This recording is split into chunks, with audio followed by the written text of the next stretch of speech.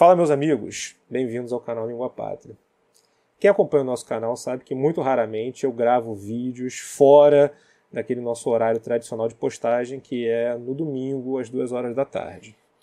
Eu só faço isso quando acontece alguma coisa excepcional, e nesta semana, infelizmente, houve de fato uma coisa fora da curva, que foi a tristíssima notícia sobre o falecimento de um dos grandes amigos aqui do nosso canal, que é o antropólogo e também comentarista João de Ataíde, que esteve em inúmeras ocasiões fazendo lives e participações aqui no canal Língua Pátria, e eu também tive o enorme prazer, o enorme privilégio de participar em outras tantas ocasiões do canal do João de Ataíde. O João de Ataíde ficou bastante conhecido em algumas bolhas aqui das redes sociais por conta das suas antológicas participações no finado canal Duplo Expresso, e também por conta do seu canal. Ele teve diferentes canais ao longo do seu período de militância, e todos eles marcados pela extrema qualidade e também pela argúcia da inteligência do João. E esse, sem sombra de dúvidas, é um dos atributos que eu tive o enorme prazer de conhecer, não apenas na frente das câmeras, aqui nas conversas que a gente teve, mas também com o privilégio que eu tive de conhecer o João, ter a amizade do João, conversar com ele também atrás das câmeras, e sempre me impressionou muito a inteligência do João. Aquela inteligência afiada, aguda, não aquela coisa modorrenta, mofada, academiqueira, enciclopédica, mas uma pessoa com a capacidade de transitar sobre diferentes assuntos, falar sempre com muita propriedade, sempre com aquele tipo de colocação provocadora, corajosa, que é uma característica do João. E também, certamente, um dos atributos que marcaram a presença do João de Ataíde aqui nas redes sociais foi a sua coragem para tratar de temas controversos, polêmicos, espinhosos. O João de Ataíde nunca se furtou a asseverar a sua posição a respeito de qualquer tipo de matéria de relevo, de importância para a sociedade, sempre fazendo isso de uma maneira muito corajosa. Então, mesmo em momentos em que, eventualmente, a gente não concordasse com as opiniões e com as visões do João, sempre era necessário deixar muito claro a nossa admiração acerca da coragem do João de Ataíde.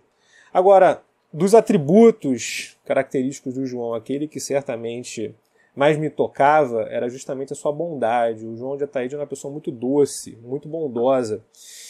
Ao longo dos últimos anos, o João de Ataíde estava sofrendo por conta de um problema de saúde, e de vez em quando ele mandava para mim alguns áudios explicando, porque ele morava lá no sul da França, distante daqui do Rio de Janeiro, explicando como que estava naquele momento o estado de saúde dele.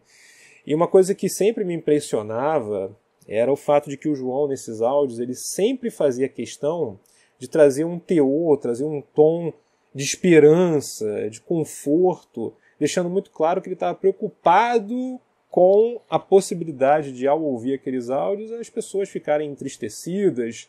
Então, no momento em que ele estava passando por um problema de saúde grave, ele estava preocupado com o interlocutor dele, que essa pessoa não ficasse chateada, que não ficasse entristecida, enfim, que não sentisse, que não sofresse junto com ele por conta daquele momento que ele estava vivendo. Então, é uma pessoa de uma bondade, de uma doçura absolutamente incomensurável. Eu tenho certeza absoluta que neste momento o João de Ataíde não iria querer que nós ficássemos tristes e nem que nós deixássemos de levar adiante esse trabalho que a gente tenta fazer aqui de maneira muito abnegada nas redes sociais, tentando esclarecer, conscientizar as pessoas. Então eu queria terminar essa minha modestíssima homenagem, esse meu modestíssimo tributo ao João de Ataíde, trazendo aqui 2 eventos que eu acho que são muito representativos, pelo menos na minha visão no contato, que foi um contato muito breve, infelizmente, que eu tive com o João de Ataíde, o que o João representava, o que era o João.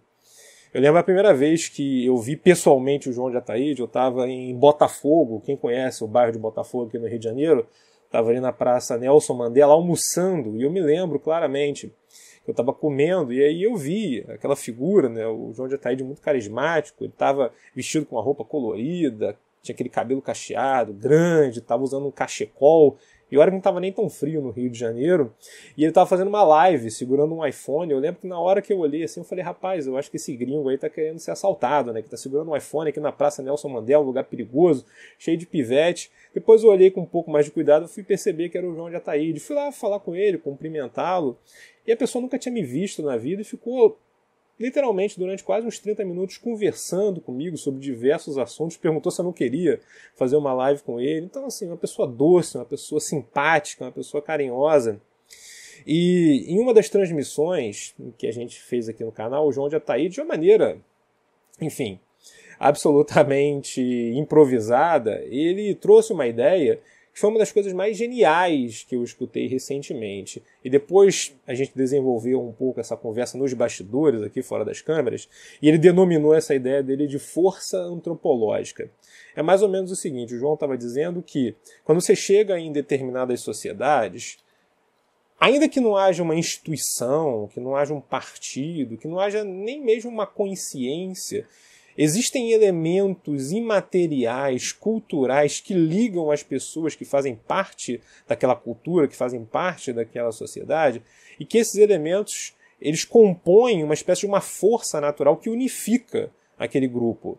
É justamente isso que ele chamou de força antropológica. Eu lembro que quando eu escutei o João me explicando esse conceito que ele criou, que ele cunhou, eu pensei, nossa, isso daí explica tanta coisa. Porque você pensa, por exemplo, você compara a Rússia, depois que teve toda a dissolução, aquela crise da União Soviética, ela viveu um processo de fragmentação que foi um processo muito rápido. Você teve aquela crise no início dos anos 90 e pouco tempo depois você já tinha aquela crise na Chechênia, no Daguestão. E se não tivesse havido toda uma revolução política lá e a imposição de um regime mais fechado, certamente o país teria se fragmentado completamente. Ao mesmo tempo, você compara essa situação de instabilidade com, por exemplo, a situação de instabilidade que é vivida no Brasil, na Argentina, até mesmo em alguma medida nos Estados Unidos. A Argentina eu acho que é o caso mais prototípico de todos, né? Porque você tem mais de um século de instabilidade política e, apesar de algumas escaramuças aqui e acolá, não existe lá na Argentina nenhum movimento separatista que deva ser levado a sério, nenhum movimento de fragmentação, são coisas completamente artificiais. Por que que isso acontece? Porque existe na Argentina, no Brasil, nos Estados Unidos, a vigência justamente dessa força antropológica, o compartilhamento desse conjunto de elementos simbólicos que criam ali, no final das contas, no frigir dos ovos, um sentimento de pertença, um sentimento de unidade, que tem como fundamento não uma instituição, não um Estado nacional, não algum tipo de partido político ou de instituição política, de ente político que represente isso, mas é justamente essa força, que é uma força difusa, é uma força, em muitos casos, inconsciente, mas que atua socialmente de modo a garantir a unidade daquele grupo social, daquele país, daquela nacionalidade, o que quer que seja. Então, essa é uma ideia que foi cunhada pela inteligência arguta, afiada do João de Ataíde, e eu, em muitas ocasiões, eu disse para ele, João, você tem que colocar isso aí em papel, você tem que escrever um texto. Eu imagino que por conta até dessa situação de saúde muito grave que ele vivia naquele momento, ele acabou não tendo interesse em registrar isso.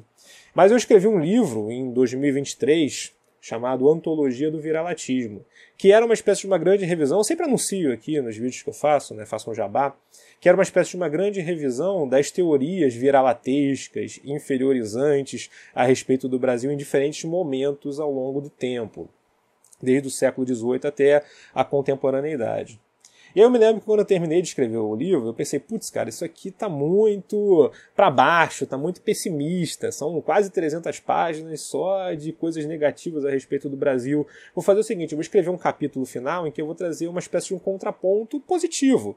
Vou trazer aqui, vou trazer um contraponto de algumas visões a respeito do Brasil, que são visões alvissareiras, que coloquem o leitor ao final dessa caminhada negativa um pouco para cima, né? Dê um pouco de esperança.